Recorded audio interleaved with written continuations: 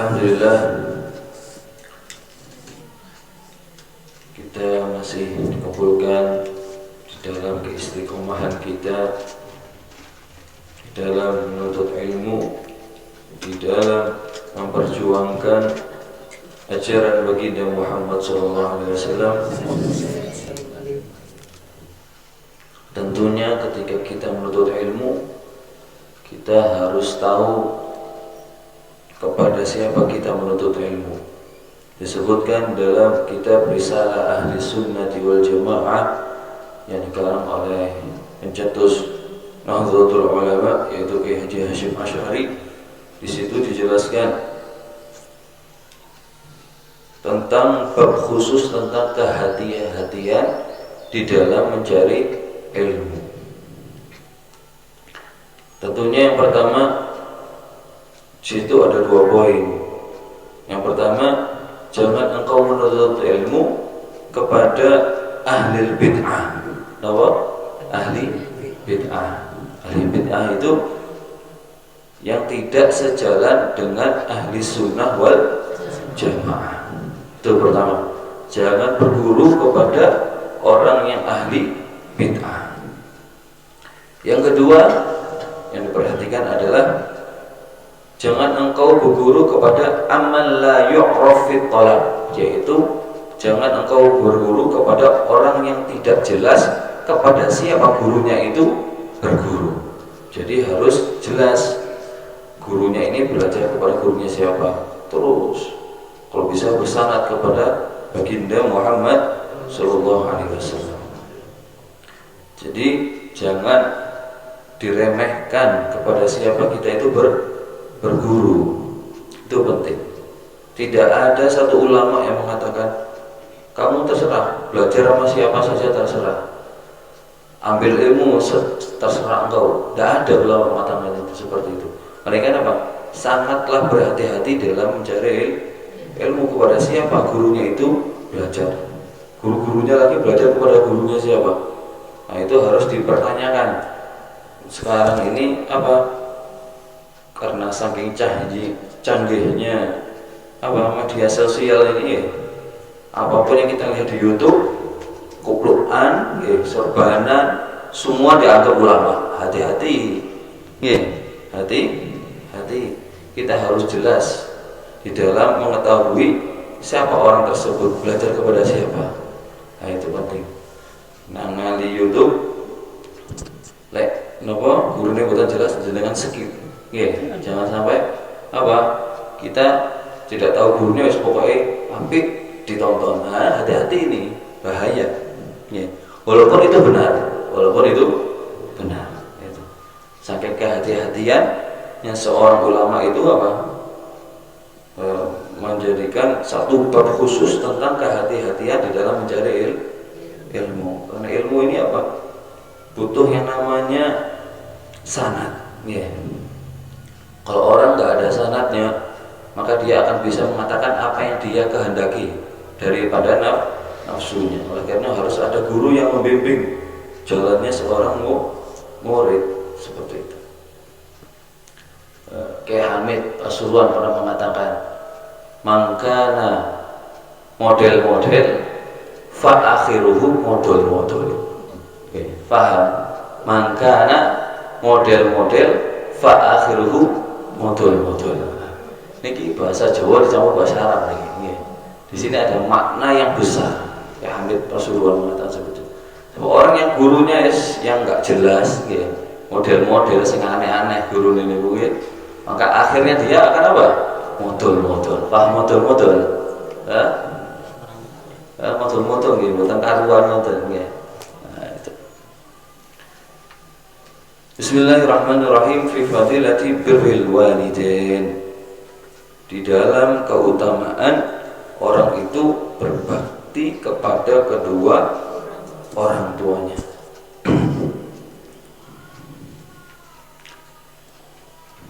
Disebutkan dalam salah satu riwayat,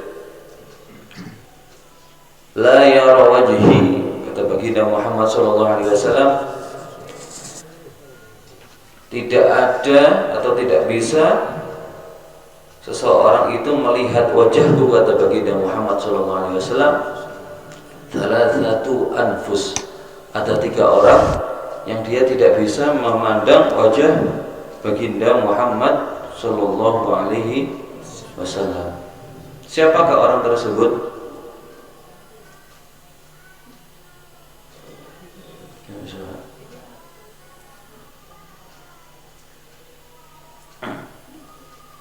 Yang pertama adalah al-'aqu liwalidayhi, yaitu adalah orang yang durhaka kepada kedua orang tuanya.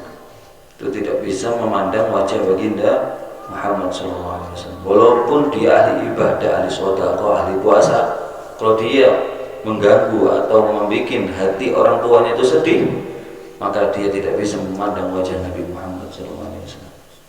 Yang kedua adalah wattariku li sunnati, yaitu orang yang meninggalkan sunnah-sunnahku, kata baginda Muhammad SAW. Sunnah sekecil apapun jangan kita menyepelekannya. Contohnya sunnah mau masuk kamar mandi, kaki nopo kiri nopo kanan, masuk niki yakin, keluar kaki kanan, makan tangan kanan, ngomong itu kanan, pas buku kanan kiri, nggih, gaya bisa sikil-sikil bisa. Kata guru saya, orang yang bisa mengamalkan sunnah-sunnah kecil seperti ini, mau makan tangan kanan, mau minum tangan kanan, masuk kamar mandi kaki kiri, keluar kamar mandi kaki kanan, itu tanda-tanda orang itu bakal bisa menjumpai baginda Muhammad SAW. Jadi tidak harus dengan sholawat, dengan mengamalkan sunnahnya pun itu salah satu cara agar dia bisa bermimpi baginda Muhammad SAW.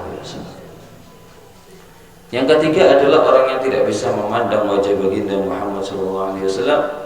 Wa man lam yusalli alayya idza dzukirtu baina yadayhi, yaitu jika disebutkan di hadapannya, ketika dia mendengar sebutan nama mulia, nama agung baginda Muhammad SAW, dia tidak mengucapkan sholawat kepada baginda Muhammad SAW. Sallallahu alaihi Muhammad. Itulah 3 orang yang tidak bisa memandang wajah baginda Muhammad SAW. Yang pertama, orang yang durhaka kepada orang tua. Yang kedua adalah orang yang meninggalkan sunnahnya Nabi Muhammad, walaupun sekecil apapun sunnah tersebut. Yang ketiga adalah orang yang tidak bersolawat kepada baginda Muhammad ketika disebut nama baginda Muhammad SAW. Sebagaimana riwayat itu disebutkan dalam kitab Jauhar Al-Munaththar.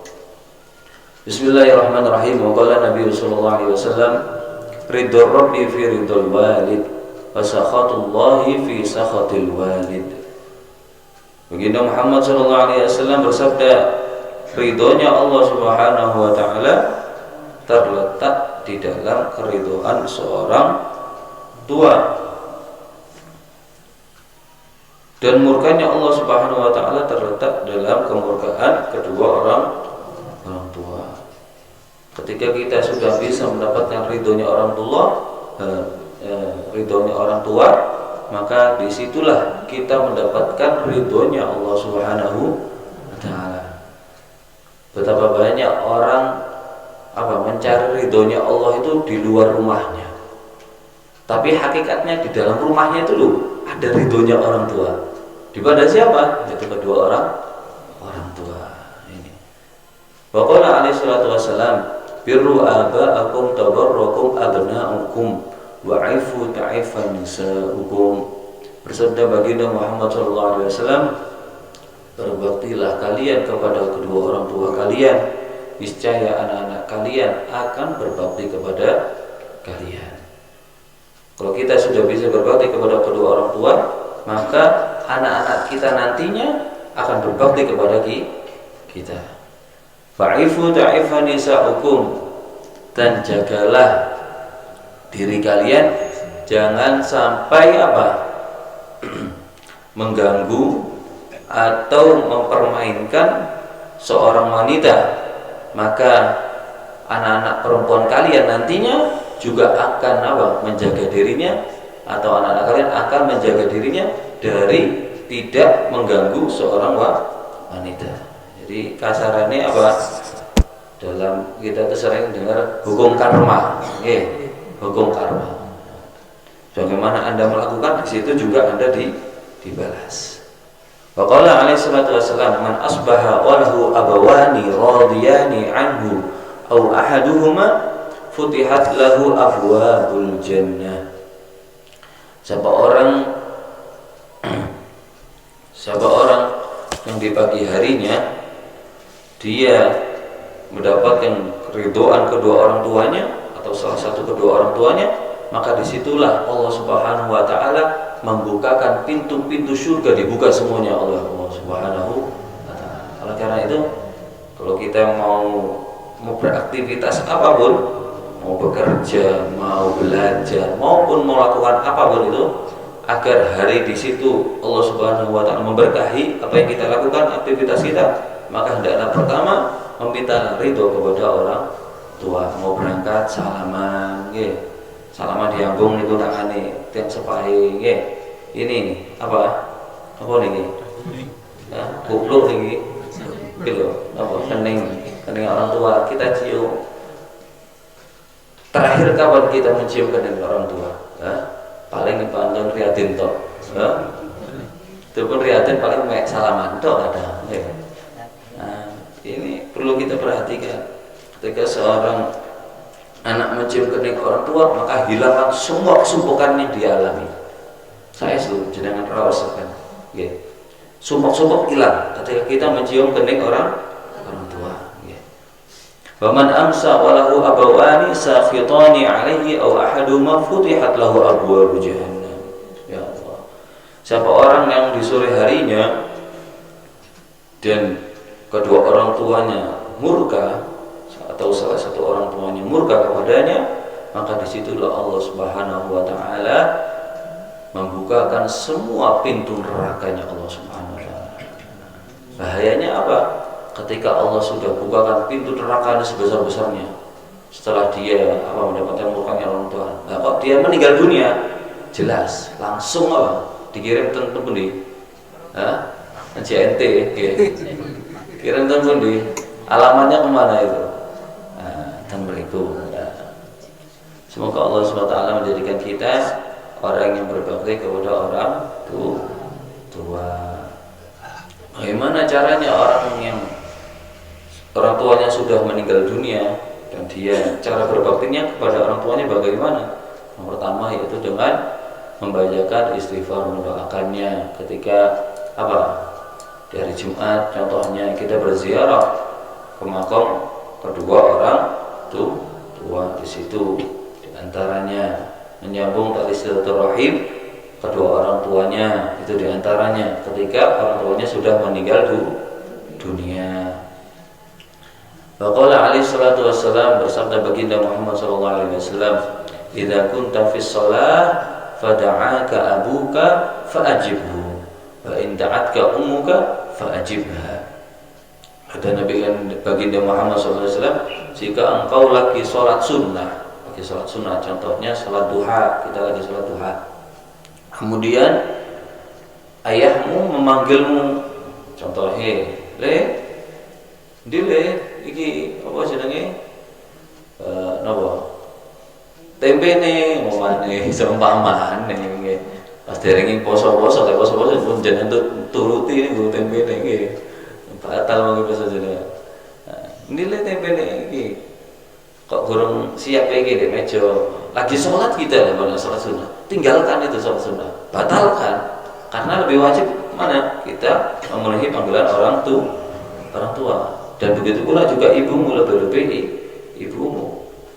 Qala alaihi salatu wassalam, man adza walidayhi aw adza ahaduhuma yadkhulun nar. Siapa orang yang mengganggu kedua orang tuanya atau salah satu kedua orang tuanya, walaupun bukan secara fisik yang dia lakukan, melainkan dengan kata-kata saja, yang tidak mengenakkan di hati orang tuanya, maka dia bisa apa yadkhulun nar, bisa-bisa dia dimasukkan ke dalam nerakanya Allah Subhanahu wa taala. Semoga kita diselamatkan daripada siksa api neraka. Saya bacakan cerita salah satu riwayat cerita yang diriwayatkan oleh sahabat Anas bin Malik. Siapa Anas bin Malik ini? Yang jenengan tahu siapa Anas bin Malik ini, ibu-ibu? Sahabat Anas bin Malik. Siapa? Sahabat Rasulullah. Jelas sahabat Rasulullah. Bagaimana ceritanya Anas bin Malik ini dengan Rasulullah SAW? Beliau itu mendapatkan gelar, mendapatkan julukan dengan sahibu sirri Rasulullah SAW. Itu orang yang mendapatkan sir rahasianya baginda Muhammad SAW. Luar biasa ini Anas bin Malik. Dari kecilnya itu ibunya itu sudah memerintahkan kepada Anas bin Malik anaknya untuk apa? Berkhidmat kepada baginda Muhammad SAW. Ketika masih berusia 10 tahun, 10 tahun bayangkan 10 tahun sudah diperintahkan oleh baginda Muhammad untuk sudah diberikan oleh ibunya, sudah berbakti apa? Disuruh berbakti kepada khidmat kepada baginda Muhammad SAW. Seperti itu, sehingga mendapatkan apa? Gelar khusus, yaitu sahibu sirri Rasulullah SAW. Orang yang mendapatkan sir rahasia mana? Baginda Muhammad SAW. Anas bin Malik ini memiliki anak, yaitu Malik, Al-Imam Malik. Karena mazhab itu ada 4. Mazhab siapa? Syafi'i, Maliki, Hanafi, Hambali. Imam Malik ini anaknya Anas bin Malik. Siapa yang tidak kenal dengan Imam Malik? Alimnya luar biasa. Karena apa? Bapaknya dulunya apa? Berbakti atau berkhidmat kepada baginda Muhammad SAW. Sehingga keturunan-keturunannya ke bawah itu mendapatkan barokah semua. Berkat apa? Khidmatnya orang tuanya itu kepada baginda Muhammad SAW. Karena ala ahdi Rasulullah SAW rajulun yusama Alqamah. Di zaman baginda Muhammad SAW ada seorang yang namanya Alqamah. Sinten? Napa? Alqamah. Bahkan kathirul ijtihad, azimus sadaqah. Famarito yawman maradun syadidan washtadda maradun. Dan dia itu adalah orang yang banyak tirakatnya. Kata ijtihadnya itu banyak tirakatnya. Azimus sadaqah, banyak sedekahnya. Famarito yawman maradun syadidan. Suatu hari dia sakit parah. Faba'athat zaujatuhu ila Nabi sallallahu alaihi wasallam. Kemudian istrinya mendatangi baginda Muhammad SAW dengan mengutus seseorang. Faqalat, ya Rasulullah, inna zawji fi naz'i ruhi. Wahai Rasulullah, ini suamiku ini Alqamah, itu suaminya Alqamah ini. Dia lagi sakratul maut, wahai Rasulullah, ruhnya mau dicabut oleh malaikat Jibril, malaikat Israel. Faradtu an u'allimaka bihali. Maka aku ingin memberikan kepada engkau wahai Rasulullah tentang keadaannya ini wahai Rasulullah. Faqala Nabi sallallahu alaihi wasallam li ashabi. Kemudian baginda Muhammad sallallahu alaihi wasallam mengatakan kepada sahabat-sahabatnya, "Intaliqu bina ilaih." Ayo berangkat kita ke mana? Ke Alqamah ini, lagi parah ini sakitnya. Qala falamma dakhalu alaihi qala lahu Nabi sallallahu alaihi wasallam, "Ya Alqamah." Ketika sudah sampai ke rumah Alqamah, Nabi Muhammad SAW mengatakan kepada Alqamah, wahai Alqamah, kaifa tara halak? Bagaimana keadaanmu sekarang? Falam yantiq. Maka Alqamah itu tidak bisa menjawab pertanyaannya baginda Muhammad SAW. Gak bisa ngomong, mulutnya itu seakan-akan seperti dikunci oleh Allah SWT. Falamma ra'ahu lam yantiq bi syai'in fa'alima annahu halik. Ketika Rasulullah SAW mengetahui bahwasanya dirinya Alqamah tidak bisa mengucapkan kata-kata sedikit pun, Nabi SAW, wah ini tanda celaka, ini bahaya ini, kata baginda Muhammad SAW. Falaqanahu Nabi SAW asyhada falam yantiq biha. Kemudian Nabi Muhammad mentalkin, mengajak dia itu mengucapkan kalimat syahadat, menuntut kalimat syahadat. Maka dia tidak bisa mengucapkan kalimat syahadat tersebut. Diulang-ulang lagi oleh Rasulullah SAW, gak bisa lagi. Diulang-ulang lagi. Qul asyhadu an la ilaha illallah wa asyhadu anna Muhammadar, gak bisa. Fa'ulima annahu halik, ketika Nabi Muhammad setelah itu oh ini bahaya, ini celaka ini orang ini, binasa orang ini. Faqala sallallahu alaihi wasallam, maka Nabi Muhammad mengatakan kepadanya, ala huwa, apakah dia ini punya ayah? Wahai para sahabat, ditanya sahabat-sahabat, wahai sahabatku, apakah dia ini punya ayah? Maka para sahabat faqalu lahu ya Rasulullah, maka sahabat menjawab, wahai Rasulullah, inna abahu qad mat, wahai Rasulullah, ayahnya sudah meninggal dunia wahai Rasulullah.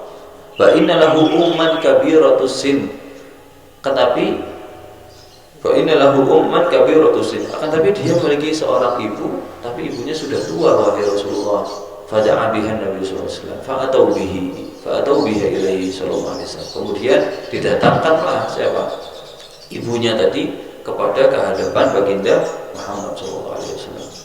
Faqala lahan Nabi sallallahu alaihi wasallam, maka kemudian Nabi Muhammad ketika ibunya Alqamah ini sudah datang, ditanya ibunya, wahai ibu Alqamah, kaifa kana halu Alqamah, gimana ini keadaan Alqamah ini, lagi sekarat ini.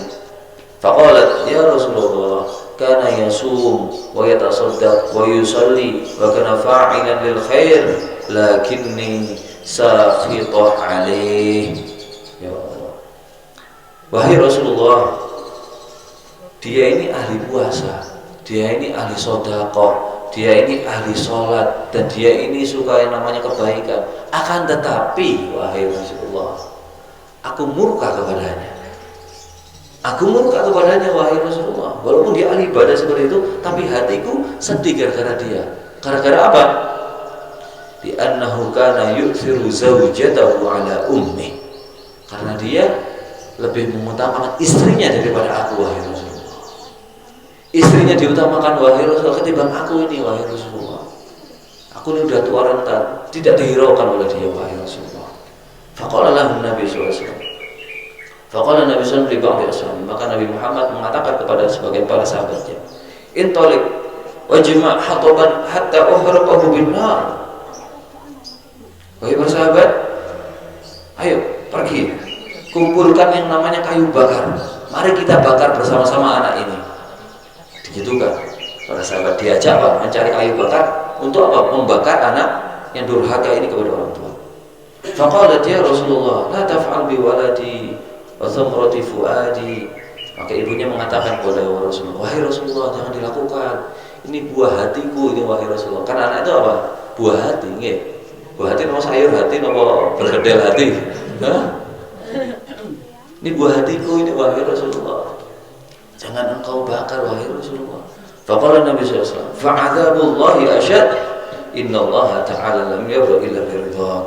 Maka baginda Muhammad sallallahu alaihi wasallam mengatakan kepada ibunya, wahai ibu, azabnya Allah itu lebih parah daripada ini, daripada aku bakar ini. Nanti di akhirat, di yaumul kiamat, azabnya lebih parah lagi. Innallaha ta'ala lam yarda illa biridha. Sesungguhnya Allah Ta'ala tidaklah ridho kepada anak ini kecuali engkau harus ridho dulu, baru Allah SWT ridho, agar dia bisa mengucapkan kalimat syahadat, karena dia lagi diazab oleh Allah Subhanahu wa taala. Wala yaqbal salatahu wa siyamahu wa sadaqatahu ma dumti sakhitatun alaih. Dan Allah Subhanahu wa taala tidak bakal menerima yang namanya salatnya dia, tidak diterima oleh Allah. Puasanya dia tidak diterima oleh Allah. Sedekahnya dia tidak diterima Allah. Selagi engkau masih murka kepadanya, selagi engkau masih murka kepada anakmu wahai wahai ibu. Faqalat ya Rasulullah, maka ibunya menjawab, wahai Rasulullah, ushhidullah wa ushhiduka anni qad raditu alaih. Ketika Rasulullah SAW sudah mengancam ibunya dengan apa? Dengan dibakar anaknya, barulah di situ ibunya mengatakan kepada Rasulullah SAW, wahai Rasulullah, aku bersaksi kepada Allah dan aku bersaksi kepadamu, sesungguhnya aku mulai sekarang telah ridho kepada anakku. Faqad taqaddama Nabi sallallahu alaihi wasallam, kemudian Nabi Muhammad mendekati Alqamah. Walaqanahu syahada fanataqa biha, alhamdulillah. Kemudian Nabi Muhammad mendekati Alqamah, kemudian ditalqin itu siapa? Alqamahnya. Qul asyhadu an la ilaha illallah. Ucapkan kalimat syahadat asyhadu an la ilaha illallah asyhadu anna Muhammadan. Fanataqa biha. Maka barulah setelah mendapatkan ridhonya orang tua, Alqamah tadi bisa mengucapkan kalimat syahadah. Kemudian mati husnul khatimah. Alhamdulillah. Orang yang berbakti kepada kedua orang tua di akhir detik-detik akhir hidupnya. Maka alaihi salatu wassalam hikayatan anillahi ta'ala, diriwayatkan dalam riwayat yang lain bahwasanya Rasulullah SAW bercerita tentang firman-Nya Allah Subhanahu wa taala, "Qul lil bari lil walidayhi i'mal ma syi'ta fa inna Allah yaghfiru lak." Katakanlah kepada orang yang berbakti kepada orang tua, kata Allah Subhanahu wa taala, "I'mal ma syi'ta." Lakukanlah, terserah, mau melakukan apapun terserah. Pokoknya Allah Subhanahu wa taala, pokoknya dua orang tuanya paling ridho kepada, terserah mau melakukan apa aja terserah. Fa innallaha yaghfiru lak, sesungguhnya Allah taala telah mengampuni dosa-dosanya orang yang berbakti kepada orang tuanya. Wa qala alaihi salatu wassalam, birrul walidain kafaratun lil kabair. Berbakti kepada orang tua itu dapat menghapuskan dosa-dosa besar seorang yang berbakti kepada orang tuanya. Wa qala alaihi salatu wassalam, bersabda baginda Muhammad sallallahu alaihi wasallam, "Man wada'a ta'aman tayyiban fi baitihi wa akalahu duna walidayhi ahramallahu ta'ala ladhidha ta'amil jannah." Ya Allah. Bersabda baginda Muhammad sallallahu alaihi wasallam, siapa orang yang meletakkan makanan enak di rumahnya, jenengan itu masak napa panganan sing enak nggih. Panganane enake jenengan napa? Napa? Hah? Napa? B. Sing paling enak sing nanti jenengan tedor napa? Tenggriya. Hah? Ya tempe ya Allah. Enten sing sedekah insyaallah setiap napa griya daging 5 kilo 5 kilo amin. Oh melenger. Wah. Berarti sugi-sugi nih, pengen melarat berarti jenengan nggih. Sampai pundi bahas mengenal lali kabeh. Siapa orang yang meletakkan makanan yang enak di rumahnya, akan tetapi yang memakan bukan orang tuanya, katanya Nabi Muhammad SAW, maka Allah Ta'ala akan haramkan dia untuk menikmati makanan di surganya Allah Subhanahu wa taala. Makanan enak niku terutama jangan dugi medal, dugi undi, dugi ngelencet, dugi bepergian jauh. Kemudian setidaknya kita membawakan oleh-oleh yang disukai oleh orang tua kita, karena di situ dengan mereka itu kedua orang tua memakan makanan yang kita berikan dan dia suka sekali, disitulah Allah SWT membukakan pintu-pintu langit sehingga tidaklah orang tua itu mengangkat tangannya kecuali doa-doanya dikabulkan oleh Allah Subhanahu wa taala. Amin ya rabbal alamin. Qala alaihi salatu wasallam, bersabda baginda Muhammad sallallahu alaihi wasallam, "Man bata syab'anan rayyanan wa ahadu walidayhi ji'an aw 'adashan hasyarahu Allahu yawmal qiyamah ji'anan wa 'adashanan wa lam yasahillahu min 'adabi yawmal qiyamah." Siapa orang yang di malam harinya dia dalam keadaan kenyang dari makanan, kenyang dari minuman, kenyang wa ahadu walidayhi ji'an aw 'adashan, sedangkan kedua orang tuanya dalam keadaan haus dan lapar, tapi dianya kenyang, orang tuanya lapar, maka di situ Allah SWT akan mengumpulkan dia nantinya di yaumul qiyamah dalam keadaan lapar dan haus. Karena apa? Melihat orang tuanya dibiarkan tidak makan dan minum, dan disitulah Allah SWT tidak akan malu untuk mengadabnya nanti di yaumul qiyamah. Gak ada malunya, langsung diadab oleh Allah Subhanahu wa taala. Diriwayatkan dalam kitab Riyadhus Shalihin karangan Imam Nawawi, salah satu riwayat bahwasanya Rasulullah SAW bersabda, tidaklah ada seorang hamba yang melakukan sholat yang fardu, contohnya sholat zuhur, asar, maghrib, isya, subuh, dan kemudian dia setelah sholat dia mendoakan kedua orang tuanya agar dosa-dosanya diampuni oleh Allah Subhanahu wa taala. Apa doa orang tua? Rabbighfirli wa liwalidayya warhamhuma kama rabbayani. Ngomong ini sebelum ini sedo hari Idul Adha atau Idul Fitri, Idul Adha. Maksudnya setahun, pokoknya sebelumnya kalau ini berangkatan nyaman. Hari Idul Fitri atau Idul Adha itu Ya ini kok napa manggil putra-putrane, putri-putri, ayo sini kumpul. Lagi kumpul, saya saja. Aku bisa seperti ini diantaranya karena aku berbakti kepada orang tua. Dan karena aku membaca doa Rabbi firli wali walidayya 10 kali, Rabbi firli wali walidayya, Rabbi firli walidayya, Rabbi firli walidayya, sampai 10 kali. Baru yang ke 10 kalinya ditutup warhamhuma kama rabbayani. Setiap sholat aku baca seperti itu. Setiap sholat fardu sunnah baca doa itu. Nah, disitulah kata beliau, aku diangkat derajat oleh Allah SWT. Bisa seperti ini karena membaca apa tadi? Rabbi firli wali walidayya dibaca berapa kali?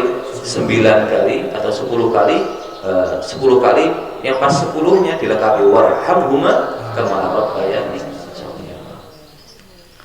Itu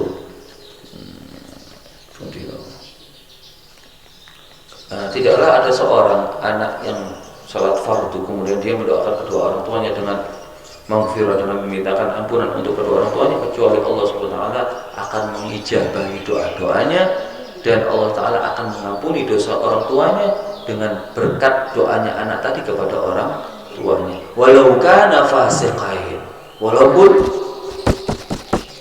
kedua orang tuanya itu fasik semua, walaupun fasik, tapi dengan gara-gara doanya anak yang berkat orang tua ini, dosanya diampuni oleh Allah SWT. Masya Allah. Itu. Faqala alaihi salatu wassalam, man rafa'a yadahu liyadriba ahada walidayhi hullat yaduhu yawmal qiyamah ila unuqihi masylulah. Siapa orang yang mengangkat tangannya ingin memukul salah satu kedua orang tuanya, ngangkat tok gitu, belum mukul orang tuanya, ngangkat tok, baru mau ngangkat ini, Allah SWT akan membelenggu ini tangannya di lehernya ini dalam keadaan masylulah. Masylulah itu tidak bisa bergerak nanti itu tangannya itu kaku terikat masylulah. Orang baru ngangkat tangannya saja, belum mukulnya. Qalu ya Rasulullah wa in darabahuma. Wahai Rasulullah, sahabat mengatakan, bertanya kepada Rasulullah, wahai Rasulullah, bagaimana kalau anak tadi itu memukul orang tuanya?